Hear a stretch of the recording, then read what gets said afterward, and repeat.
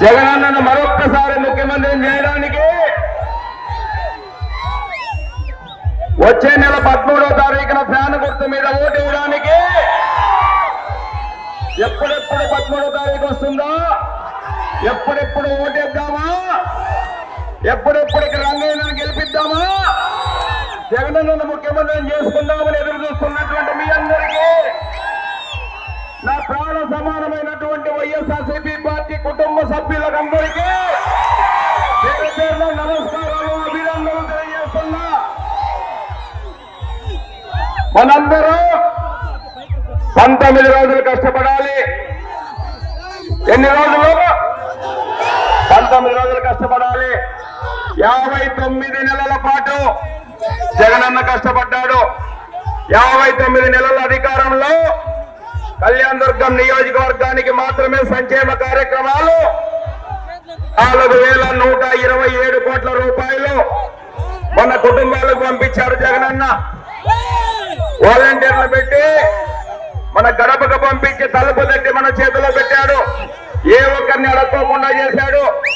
అటువంటి నాయకునికి మరొక్క 19 రోజుల పాటు మనం కష్టపడి మరే ముఖ్యమంత్రిని చేసుకోవాల్సిన అవసరం ఉంది అని ఈ సందర్భంగా మరోసారి తెలియజేస్తున్నా. 19 రోజులు కష్టపడి మన ముఖ్యమంత్రిని చేసుకుంటే 60 నెలల పాటు మన కుటుంబాల్లో, మన ప్రాంతాల్లో, మన పిల్లల్లో, మన భవిష్యత్తులో చూస్తాడనేది ఈ సందర్భంగా మరొకసారి తెలియజేస్తున్నా. దీంట్లో భాగంగా మన కళ్యాణదుర్గం విషయానికి వస్తే ఇక్కడ రంగయ్య ఉన్నాడు. 25 సంవత్సరాలు ఉద్యోగ రీత్యా మచ్చ లేకుండా పనిచేశాడు.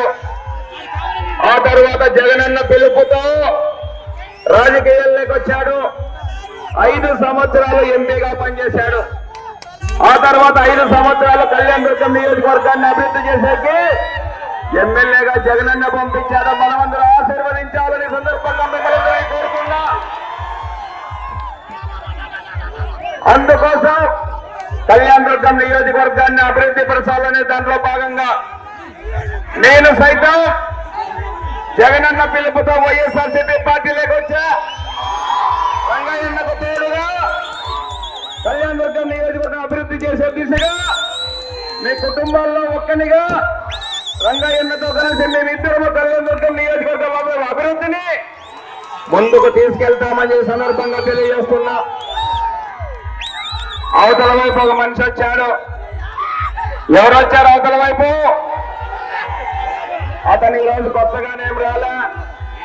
6 సంవత్సరాల క్రితం కాంట్రాక్టర్ అవతారం వేసుకొని కళ్యాణదుర్గానికి వచ్చాడు.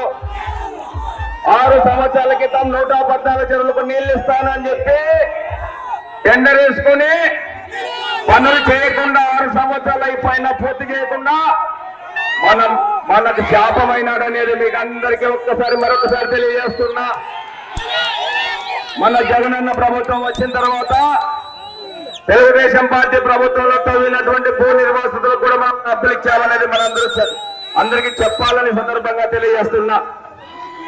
కళ్యాణదుర్గం నియోజకవర్గం పైన ఉన్నటువంటి ప్రత్యేక శ్రద్ధతో మన ముఖ్యమంత్రి జగనన్న గారు 114 చెరువులకు నీళ్లు ఇవ్వాలని చెప్పి డబ్బులు కూడా రిలీజ్ చేస్తే ఈ కాంట్రాక్టర్ పని చేయకోకుండా మన్నట్లో నా మట్టి కొట్టి రైతాంగాన్ని నాశనం చేశాడనే సందర్భంగా మరొకసారి తెలియజేస్తున్నా.